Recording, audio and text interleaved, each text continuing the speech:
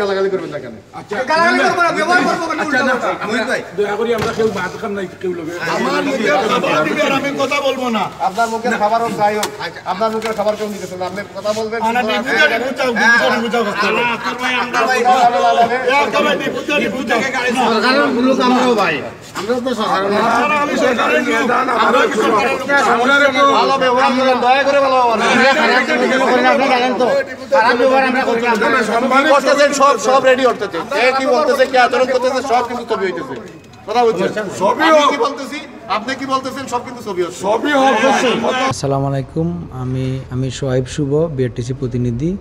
আজকে সকাল 9টার সময় আমরা প্রথম গাড়ি সিলেট থেকে ছাড়ি শ্রীমঙ্গল, মৌলভীবাজার শ্রীমঙ্গল উদ্দেশ্যে। ওই গাড়িটা চলে যায়, যাওয়ার পথে শেরপুরে আক্রমণ করে, তারা গুজব ছড়ায় যে মানুষ মেরে আসছে গাড়ি। এভাবে করে জনগণকে উত্তপ্ত করে তখন ওই গাড়িটা আটকায়। আর ওই যে শেরপুরে যেখানে স্থানীয় যারা আওয়ামী লীগ, যুবলীগ, স্বেচ্ছাসেবক লীগ আছে, তারা মোটামুটি ওইখানে সাথে সাথে ওই গাড়িটা মানে রুখানোটাকে তারা প্রতিকার করে। এবং এখানে যে শেরপুর যে হাইওয়ের পুলিশ অফিসার আছে, উনি ওই গাড়িটাকে প্রোটেকশান দিয়ে ওই গাড়িটাকে পাঠানোর ব্যবস্থা করে। পরে 1 ঘন্টা ওই গাড়িটা আটকায় রাখে। তারপরে আমরা 9:30টার দিকে একটা গাড়ি ছাড়ার জন্য একটা প্রস্তুতি নিয়েছি।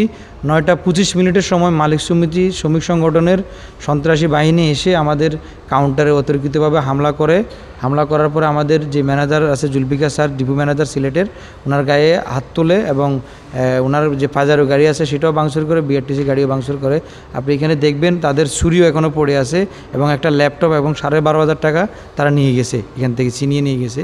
তো আমরা তো জানি না কে বা কারা নিয়ে গেছে, তারা অতর্কিতভাবে হামলা করছে এবং তাদের সম্পূর্ণ অযৌক্তিক দাবিগুলা। আর আমি আপনার মাধ্যমে একটা বিষয় জানাতে চাচ্ছি যে বাংলাদেশ সরকার তাদেরকে রাস্তায় গাড়ি চালানোর জন্য রোড পারমিট দেয়, রাস্তা বিক্রি করে দেয় না তাদের কাছে। কিন্তু তারা চাচ্ছে কি জনগণকে জিম্মি করে এই রাস্তাগুলোতে বিভিন্ন ধরনের ফায়দা হাসিল করার জন্য। আর মাননীয় প্রধানমন্ত্রীর নির্দেশে সমগ্র বাংলাদেশের বিভিন্ন জেলায় উপজেলায় বিআরটিসি বাস চালু হচ্ছে।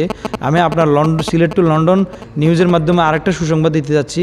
বাংলাদেশ সরকার, মাননীয় প্রধানমন্ত্রী জননেত্রী শেখ হাসিনা জনগণের সুবিধার্থে রিসেন্টলি আরও 2000 গাড়ি বাংলাদেশে আনতেছে। আপনি জানেন অদ্য 500 ট্রাক 600 বাস আসাতে জনগণের দুর্ভোগ অনেকটা লাঘবে আসছে এবং এই গাড়িগুলোর সেবা বিভিন্ন জেলায় উপজেলায় চালু হচ্ছে।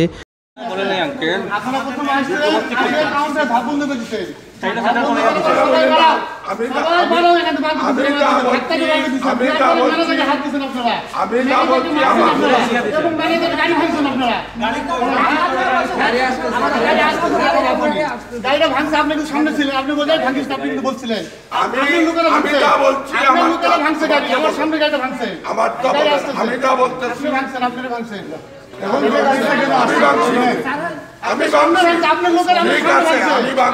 আমাকে ব্যবস্থা নেন, আপনি লোকেরা ভাঙছেন,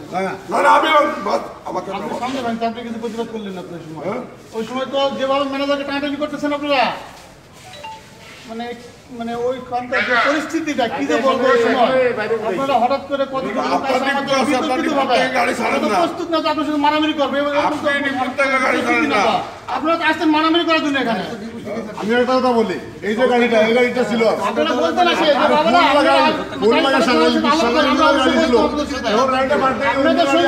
আমরা বসতাম, শুনেন, এখন যে গাড়িটা, এখন প্লেস ছিল গাড়িটা, এই গাড়িটা ছিল না, নতুন একটা গাড়ি ছিল, গাড়ি ফুল টুল ছিল, এই গাড়ি নিয়ে আসতে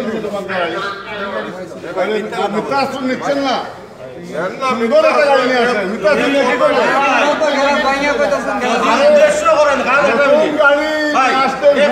আমি আপনাকে অবগত করতেছি আগের বিষয়টা, যেমন সিলেট থেকে সুনামগঞ্জ রোডে যখন গাড়ি চালু করা হয় ঠিক তখনও তারা দেশবিরোধী যারা এই লোকগুলো সবসময় সরকারের উন্নয়নমূলক কর্মকাণ্ডে বাধা এবং সবসময় বাধা দিয়ে যাচ্ছে, তারা এই গাড়িগুলো চলতে তখনও বাধা সৃষ্টি করে। এরপরে জানেন সিলেট টু বোলাগঞ্জ পর্যটক এলাকায় বিআরটি মাননীয় প্রবাসী কল্যাণ মন্ত্রী মহোদয় যখন এই গাড়িগুলো শুভ উদ্বোধন করে তখনও তারা এই গাড়িগুলোতে আক্রমণ করে, বাধা দেয়, বিভিন্ন ধরনের ষড়যন্ত্র করে। আমি জানি না তাদের ভিতরে কোন মহল লুকিয়ে আছে, তারা কেন বারবার এই সরকারের উন্নয়নের কর্মকাণ্ডগুলো, বিআরটিসি গাড়িগুলোকে, জনগণের সম্পদ, রাষ্ট্রীয় সম্পদকে কেন তারা সবসময় বাধাগ্রস্ত করে। এবং আমি আপনার মাধ্যমে আমি এর সুষ্ঠু এবং ভালো একটা তদন্ত চাই এবং আপনার মাধ্যমে সারা বাংলাদেশের জনগণের কাছে একটা নিউজ দিতে চাই, আমরা কখনো কারো কাছে জিম্মি থাকতে চাই না। এই দেশ থেকে যখন হরতাল নামে এবং বিভিন্ন যে কর্মসূচিগুলো চলে গেছে, পরিবহন ধর্মঘটের কাছে কেন সাধারণ জনগণ জিম্মি থাকবে? জনগণকে মুক্ত করার জন্য মাননীয় প্রধানমন্ত্রী জননেত্রী শেখ হাসিনা বাংলাদেশের জেলা উপজেলা এই গাড়িগুলো চালু করে জনগণকে সুবিধায় কম ভাড়ায় পৌঁছানোর লক্ষ্যে এবং সরকারি পরিবহন বিআরটিসির মূলত কাজ হচ্ছে সেবামূলক প্রতিষ্ঠান। বিআরটিসির কাজ হচ্ছে জনগণকে সেবা দেওয়া। আর এই গাড়িগুলো রাস্তায় চলতে কোনো রোড পারমিট লাগে না। এটা 1961 সনে রোড অনুমোদিত এবং এই গাড়িগুলো চলতে কোনো ধরনের বাধা বিঘ্ন দেওয়া তাদের কোনো ক্ষতি বা এখতিয়ার নাই, তাদের কোনো এখতিয়ার নাই। তারা অযৌক্তিকভাবে এই গাড়িগুলোকে সবসময় বাধা দিয়ে যাচ্ছে। প্রাথমিক পর্যায়ে শ্রীমঙ্গল এবং মৌলভীবাজার ভাড়া হচ্ছে আমাদের এসি গাড়ি 160 টাকা, আর হবিগঞ্জ হচ্ছে এসি গাড়ি 180 টাকা প্রাথমিক পর্যায়ে আর কি। আর ইনশাল্লাহ আমরা নন এসি গাড়ির সাথে যোগ করব। যোগ করার পরে তখন জনগণের যাতে দুর্ভোগ বা ভাড়া যাতে সহনীয় পর্যায়ে আসে সেই বিষয়ে আমরা সিদ্ধান্ত নিব। গাড়িগুলো যাতে সচল হয় তারপর আমরা একটা ব্যবস্থা নিব ইনশাল্লাহ। আমাদের আজকে আমরা মোটামুটি ধরেন 4টা গাড়ি নিয়ে আসছিলাম চালু করার জন্য। আপনি জানেন মাননীয় মন্ত্রী মহোদয় গত 22শে ডিসেম্বর ভিডিও কনফারেন্সের মাধ্যমে 6টি করে 12টি গাড়ির শুভ উদ্বোধন করেন ভিডিও কনফারেন্সের মাধ্যমে। এখানে আমাদের উপস্থিত ছিল আমাদের বিআরটিসি চেয়ারম্যান অতিরিক্ত সচিব এহসান এলাই স্যার। আর ভিডিও কনফারেন্সের মাধ্যমে আপনি জানেন পররাষ্ট্রমন্ত্রী মহোদয় উপস্থিত ছিলেন, তারপরে যোগাযোগ মন্ত্রণালয়ের সচিব মহোদয় উপস্থিত ছিলেন। জি, মামলা করার জন্য আমাদের যে জুলফিকার আলী ম্যানেজার আছে, সিলেট ডিপো ম্যানেজার, উনি অলরেডি সাউথ সুরমা থানায় গেছেন এবং ওইখানে যাই একটা মামলা প্রক্রিয়ায় আমরা ব্যবস্থা নিচ্ছি মামলা করার জন্য এবং ইনশাল্লাহ আমরা এটার ভালো একটা সুফল পাবো, প্রশাসনিকতা করবে। আমাদের আজকে সকালে যে 9টা যে গাড়িটা শ্রীমঙ্গল ছেড়ে গেছে, ওই গাড়িটা শ্রীমঙ্গল ওই প্রান্তে অলরেডি হোল্ডিং অবস্থায় আছে।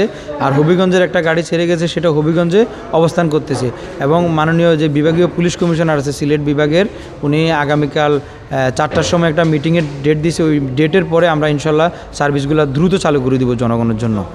প্রিয় ভিউয়ার্স, গত 22শে ডিসেম্বর বিআরটিসি বাস শুভ উদ্বোধন করেন বাংলাদেশ সরকারের মাননীয় যোগাযোগ মন্ত্রী এবং বাংলাদেশ আওয়ামী লীগের সাধারণ সম্পাদক জনাব উবায়দুল কাদের এমপি সাহেব।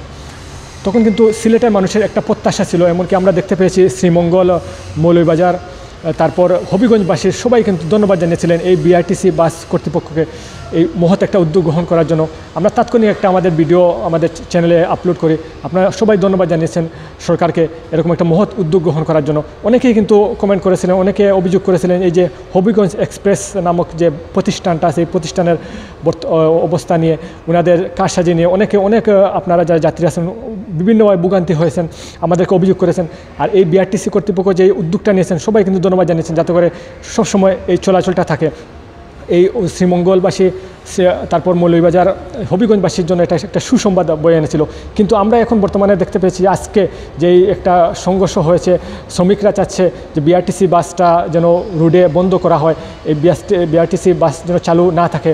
আমরা সরকারের কাছে আকুল আবেদন জানাবো, সাধারণ মানুষ যারা আছে তাদের মতামতের উপর ভিত্তি করে যে সিদ্ধান্তটা আপনারা নেবেন, আমরা মনে করব এই সমগ্র সিলেট বিভাগের জন্য একটা সুন্দর একটা সিদ্ধান্ত হবে। আমরা যতটুকু মাঠ পর্যায়ে, এমনকি আমরা সামাজিক যোগাযোগ মাধ্যমে দেখতে পেরেছি, সবাই কিন্তু এই বিআরটিসি বাসের পক্ষে। বিআরটিসি বাস রাস্তাতে চলাচল করবে, এটা সবাই চায়। এই মহৎ উদ্যোগটা গ্রহণ করার জন্য কিন্তু সরকার অনেক ধন্যবাদ পেয়েছে বিগত দিনে। আজকে এই উদ্বোধন ছিল বাস চলাচলের, বিআরটিসি বাস, কিন্তু হঠাৎ করে এরকম একটা হামলা বাসের উপর, এটা কিন্তু আমাদের সিলেট জুড়ে নিন্দা। সবাই কিন্তু ফেসবুকে, সামাজিক যোগাযোগ মাধ্যমে নিন্দা জানাচ্ছেন যে বিআরটিসি বাসের উপরে এই যে শ্রমিকরা হামলা করেছে। আমরা চাইব সুন্দর একটা সমাধান, যাতে করে বিআরটিসি বাসটা আমাদের সিলেট, শ্রীমঙ্গল, সিলেট, মৌলভীবাজার এবং সিলেট হবিগঞ্জ রুটে সুন্দরভাবে চলাচল করতে পারে এবং যাত্রীদের সুন্দরভাবে সেবা দিতে পারে। আমরা ভাড়াটাও দেখেছি, কিন্তু একটা এসি বাসের যে ভাড়াটা ওনারা নিচ্ছেন তাও কিন্তু অনেক অল্প। একটা সরকারি প্রতিষ্ঠান যদি এটা না হয়ে একটা বেসরকারি প্রতিষ্ঠান হতো, তাহলে কিন্তু এই আজকে আমি সিলেট হুমায়ুন চত্বর বিআরটিসি কেন্দ্রীয় বাস কাউন্টার থেকে আমি আশফাক বিদায় নিচ্ছি।